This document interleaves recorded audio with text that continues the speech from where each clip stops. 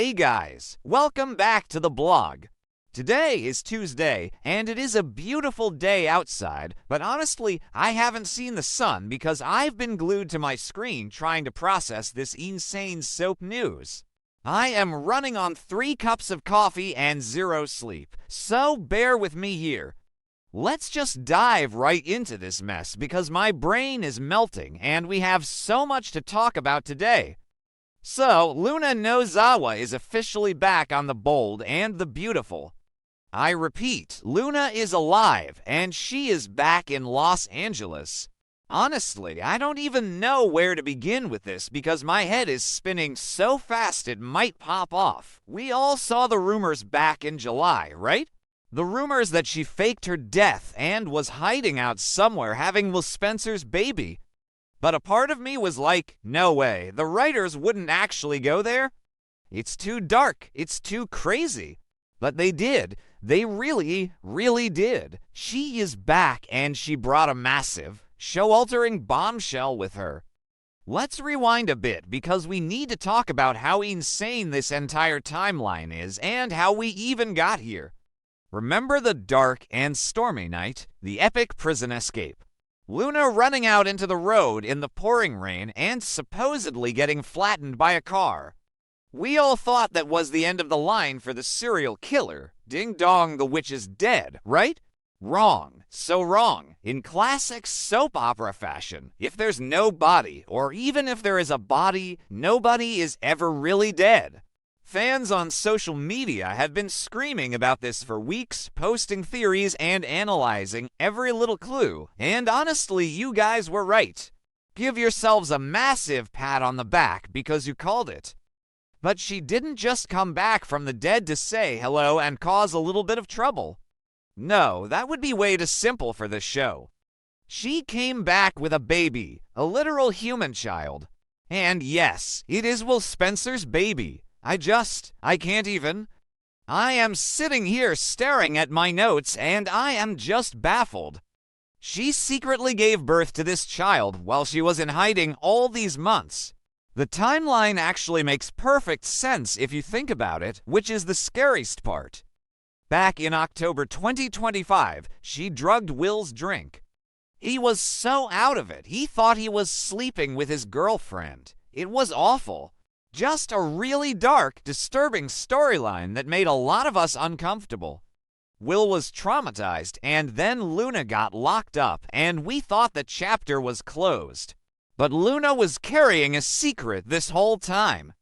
A 9-month ticking time bomb that just exploded in the middle of the Spencer living room. And now, here we are, a baby boy, a Spencer baby. This is exactly what Luna wanted all along, isn't it? She always wanted to secure her place in high society. She wanted the wealth, the status, the name, the power. She was always looking for a shortcut to the top. And what better way to do that than to literally birth a Spencer heir? It is so calculated. It is so cold. She is using this innocent little baby as a strategic playing card to force her way back into the elite circles of Los Angeles. She is weaponizing motherhood. What were they thinking? Who actually believes this is going to end well? I mean, Luna is a convicted criminal. She's a murderer. She is dangerous. And now she's going to be walking around the Spencer mansion demanding a seat at the table like she belongs there. It's wild, but honestly, it makes for some really, really good television. I have to admit, I am kind of living for the drama even though I am exhausted just typing about it. My fingers are cramping, but I can't stop. Let's talk about Bill Spencer for a second. Dollar Bill, the man who takes no prisoners and crushes his enemies like bugs. You would think he would just throw Luna out on the street, right? Call the cops, have her arrested, throw away the key because he hates her. He absolutely despises her for what she did to his son and everyone else. She is a monster in his eyes, but, and this is a huge but, this baby is his grandson. The Spencer blood is running through that little kid's veins. We all know how Bill feels about family and legacy. He wears that sword necklace for a reason. He is fiercely protective of his own. Bill is completely torn right now. On one hand, he wants to destroy Luna and erase her from existence. On the other hand, his primal, protective instincts for his grandson are kicking in hard. It's like watching a lion pacing in a cage, not knowing whether to attack or protect. He can't just turn his back on a Spencer. I actually think this is going to be a really fascinating storyline for Don Diamond to play. Seeing the ruthless billionaire reduced to a conflicted, emotional grandfather. Maybe I'm being too harsh on Bill sometimes, but you get what I mean. He's a softie when it comes to his bloodline. He will do anything to protect that baby, even if it means he has to tolerate the woman he hates most in the world. It is a brilliant dynamic. And then there is Katie Logan. Oh, poor Katie. She has been through the ringer lately.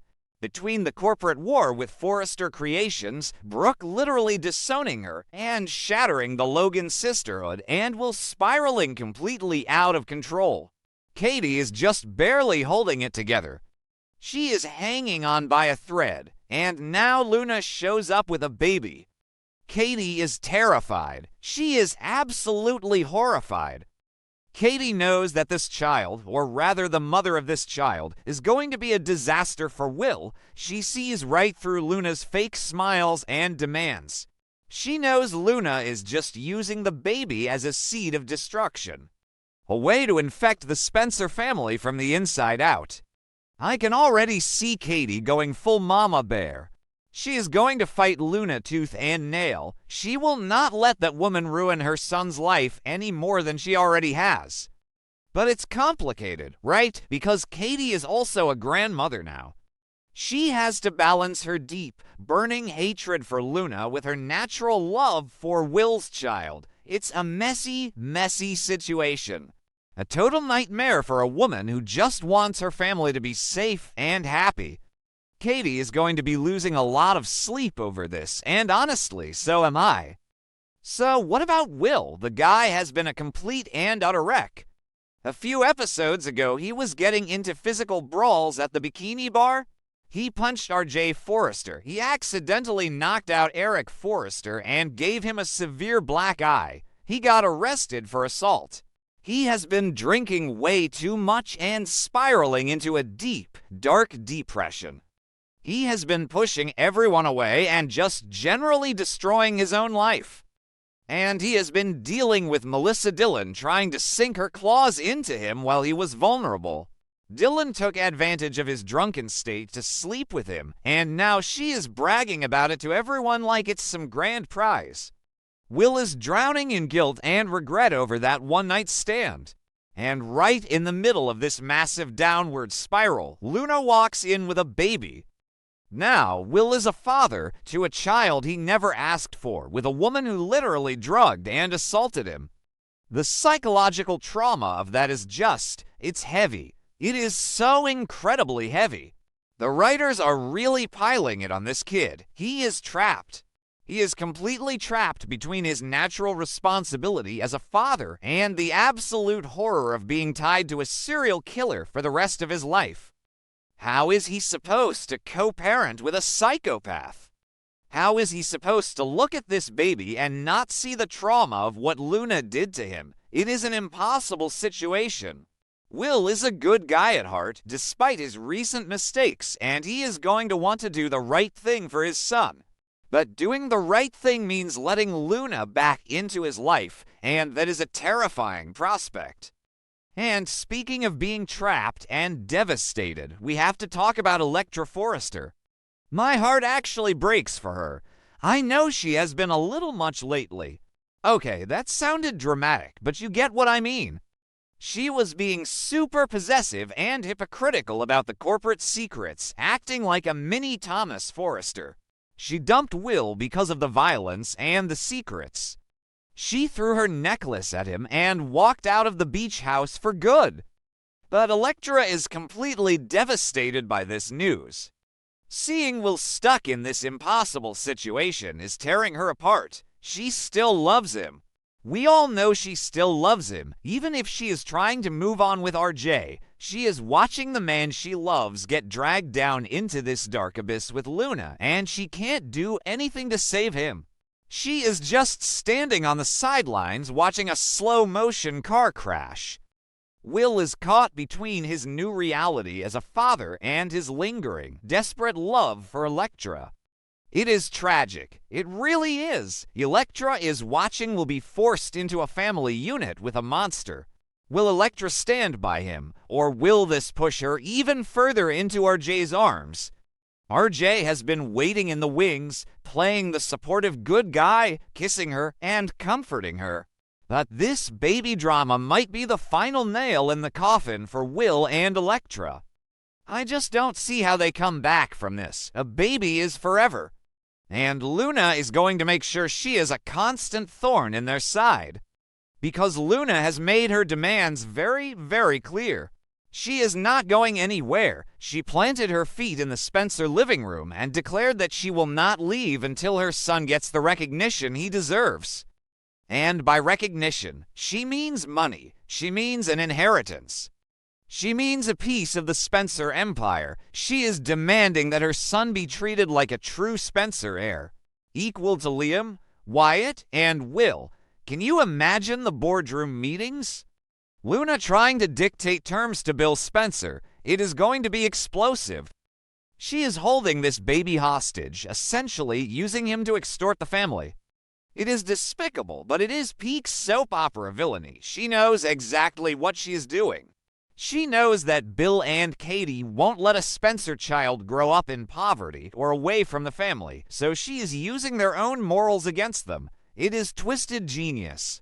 It just don't make sense how someone can be this evil, but here we are. I have to wonder how Wyatt and Liam are going to react to this. They already have enough on their plates. Liam is dealing with Hope's defection to Logan and her massive panic attacks. Wyatt is trying to launch Shauna's jewelry line and deal with the HFTF diamond mess.